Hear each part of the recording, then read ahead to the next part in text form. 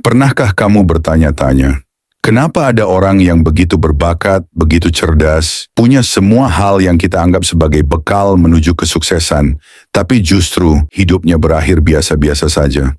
Bahkan ada yang jatuh, gagal, atau hilang arah.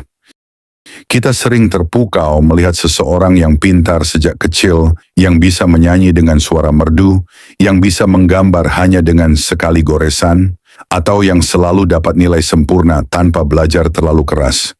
Kita melihat mereka dan berkata, wah, dia memang ditakdirkan untuk sukses. Tapi kenyataan kadang berkata lain. Banyak orang berbakat justru berhenti di tengah jalan.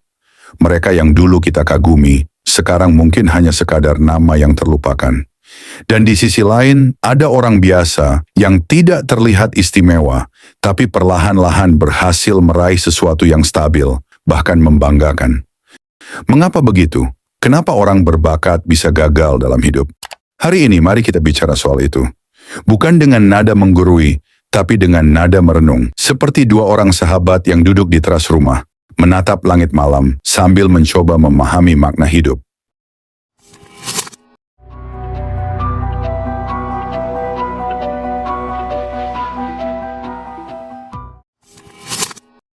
Bakat seringkali disalahpahami. Kita mengira bakat adalah tiket sekali jalan menuju sukses. Kalau ada bakat berarti jalanmu akan mulus. Kalau tidak ada bakat berarti hidupmu akan berat. Padahal kenyataannya tidak sesederhana itu.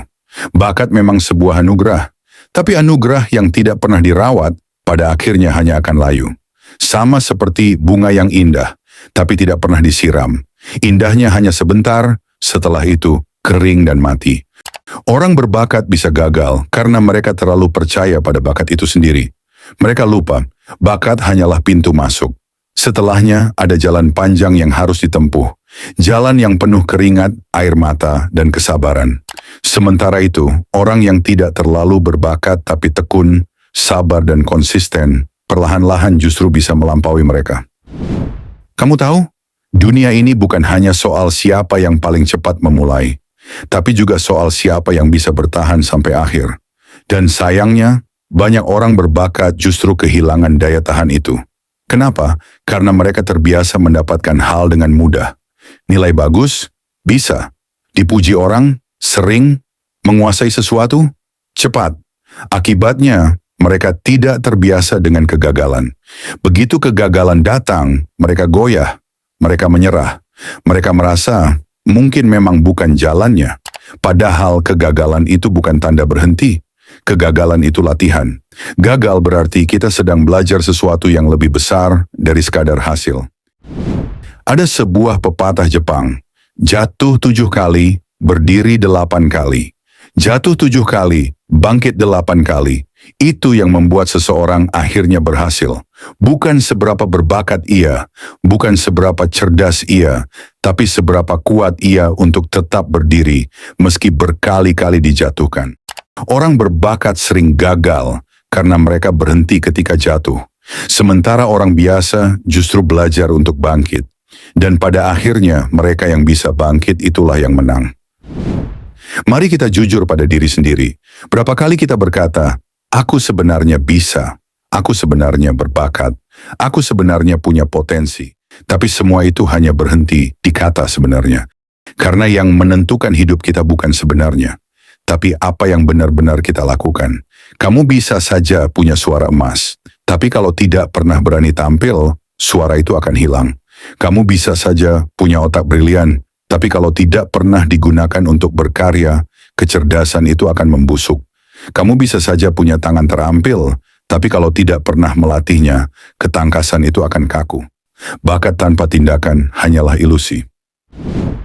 Ada satu hal yang sering membuat orang berbakat gagal, perfeksionisme. Mereka terbiasa dilihat sebagai orang yang hebat, sehingga ketika hasil kerja mereka tidak sempurna, mereka malu. Mereka takut gagal di depan orang lain, dan mereka lebih memilih berhenti daripada mencoba dan terlihat jelek. Sementara orang biasa tidak punya beban itu. Mereka sudah terbiasa dipandang remeh. Jadi ketika mereka mencoba gagal, lalu mencoba lagi, mereka tidak malu. Mereka justru semakin terbiasa. Dan pada akhirnya, mereka lah yang bertahan. Kita sering iri pada orang berbakat. Kita melihat mereka seperti bintang di langit. Tapi percayalah, bintang juga bisa meredup. Bahkan ada bintang yang hancur, lenyap begitu saja.